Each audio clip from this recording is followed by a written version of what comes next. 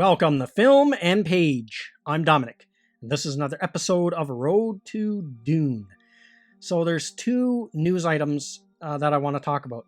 First one is there has been some preview pages released for the upcoming Dune hardcover comic that's going to be out in October. And the second thing is two photographs of ornithopters that's going to be in the new 2020 film.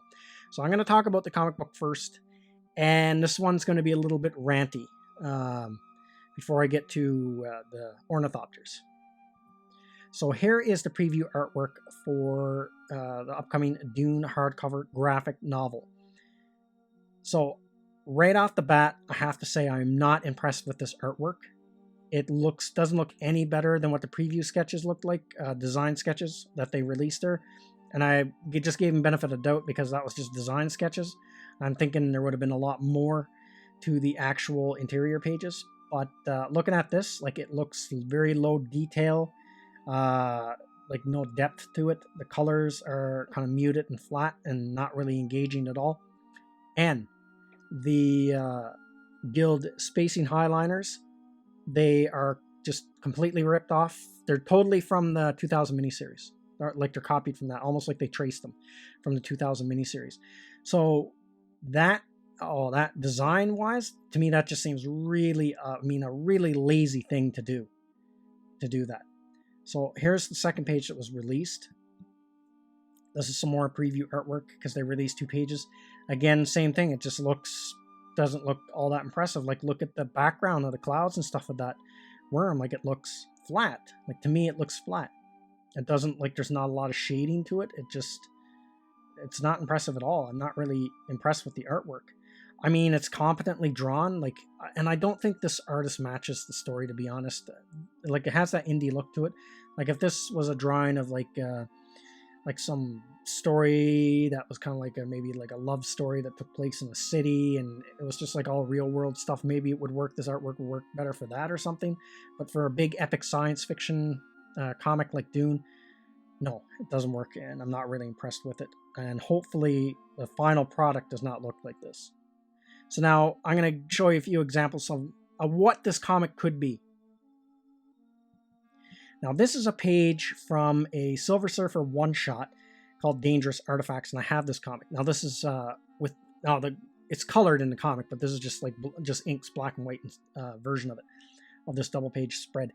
And this comic, the detail in this comic book is mind-blowing. Just look at this page. This is Silver Surfer coming up into Galactus' ship. Look at that. Like, you got moons in there, you got stars in there, look at the detail on that ship.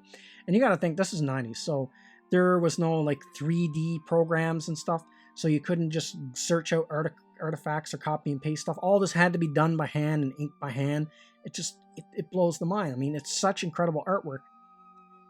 So it makes it even less unreasonable why they would have such low detailed artwork on the new pages of Dune, because you could just, cheat in 3D, use a 3D program to get some 3D artifacts, trace over them, really, if you wanted to give it more of a level of detail. And now here's another comic. This is a cover of Weapon Zero. This was an Image comic that came out in the 1990s. It was kind of like a sci-fi comic. Artwork was really fantastic, and the colors were mind-blowing. But the story was kind of iffy. But anyway, imagine this artist doing the still suits. How cool would that be if you gave them, okay, design some still suits for us and draw it? Like, someone like this would have been awesome. Or to see them do the worms or anything like that. And now here's one more page. This is from a Battlestar Galactica comic, also from the 90s. Look at how well done the ships are done and colored, and the background, they're all that detailing. It just looks amazing.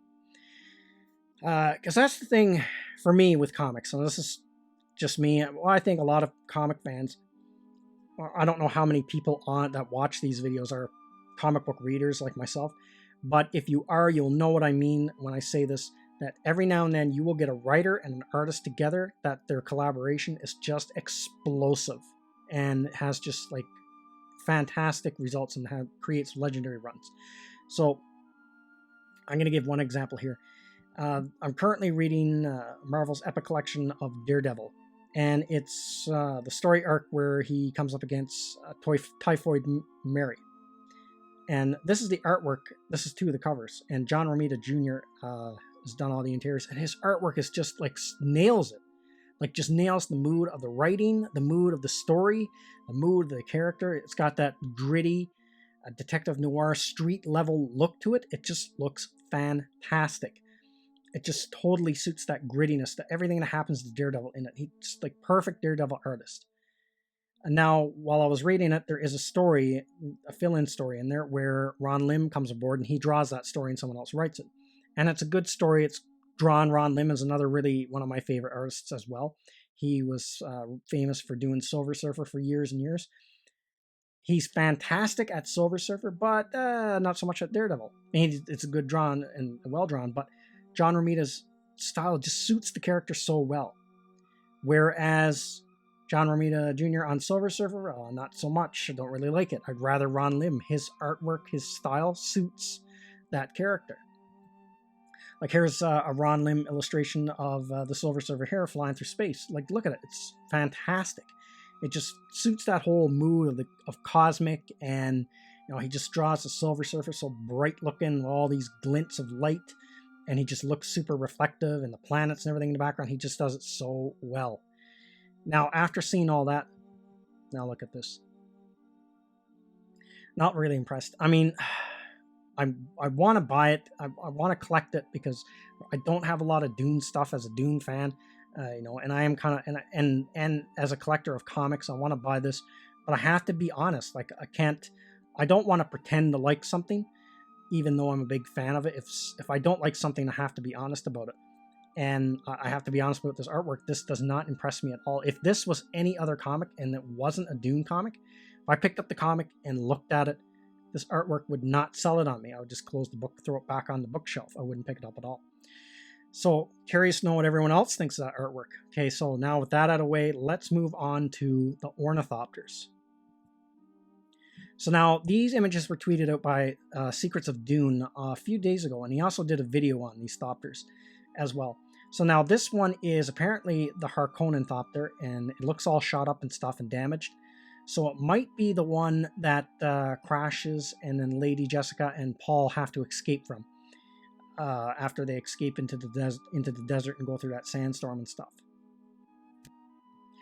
Now, the one thing I noticed about it is it kind of has this bug-like feel to it. If you look at the doors, they kind of remind me of bug eyes, like the front of it and stuff. And I'm wondering, because there's no wings on this thing, so I'm wondering if, because I think this is something actual physical they built for the movie. So I'm wondering if the wings are going to be CGI add-ons to this ornithopter. And I'm wondering, and it looks kind of small. I'm going to show you the Atreides one in a minute, but it looks kind of small. It looks smaller compared to the Atreides thopter. So I'm wondering if there will be a few different variations of thopter sizes in the movie. So now we're going to look at the Atreides one. Now this one I think looks really good. This looks better than the Harkonnen one. And someone on Twitter mentioned that it looked a lot like the Christopher Nolan's Batmobile, which I have to agree. It does make me think of that, because it has those like sharp angles and things like that. And now the other thing, it has that like almost like insect vibe to it. If you look at the landing gear and stuff, it reminds me of like fly legs or something like that. And even the way the wings are positioned. Now it looks like the wings might be folded up, because the way it looks in the picture, the wings look kind of small. So I'm wondering also, will the wings be CGI add-ons? So when it flies through the air, it kind of has like that insect, they flap like an insect's wings and things like that. But now I have to say, this looks a million times better than Ornithopter in the David Lynch Dune. Like there's no contest between the two. Now the 1984 Dune, it has a lot of stuff in there design-wise that I really love, like the still suits and things like that. But one of the things I was never really impressed with was the ornithopters in that movie. Especially the Atreides one. Because it just was like a weird gold-colored box with little funny wings on it and a triangular canopy on it, and it just looked like crap, in my opinion. It didn't look good at all. This one looks fantastic. So those are the two items I wanted to talk about. Again, those ornithopters look great. Can't wait to see them like fully rendered and how they're going to look, when they're on screen and stuff like that. And will there be a few different variations of them and things like that? And yeah, it looks great. But going back to that comic, I'm gonna buy the comic. But as for the artwork, I hope it looks better than that when it's in its final form. Because as it stands right now, I'm not really impressed with that artwork at all. But I know artwork is subjective, so I'm curious to see what other people think. Maybe that art style, maybe that's your thing, you really like it. Me personally, I'm not a big fan of it. It just doesn't really, it just doesn't do it for me. So that's everything I got to say in this video. Let me know what you think in the comments section, and I will see you at the next one. I'd like to say thank you to all of my subscribers. I appreciate you all in helping this channel grow. If you're new to the channel, don't forget to like, share, and subscribe. Also, don't forget to hit the bell icon so you'll be notified when new videos are uploaded.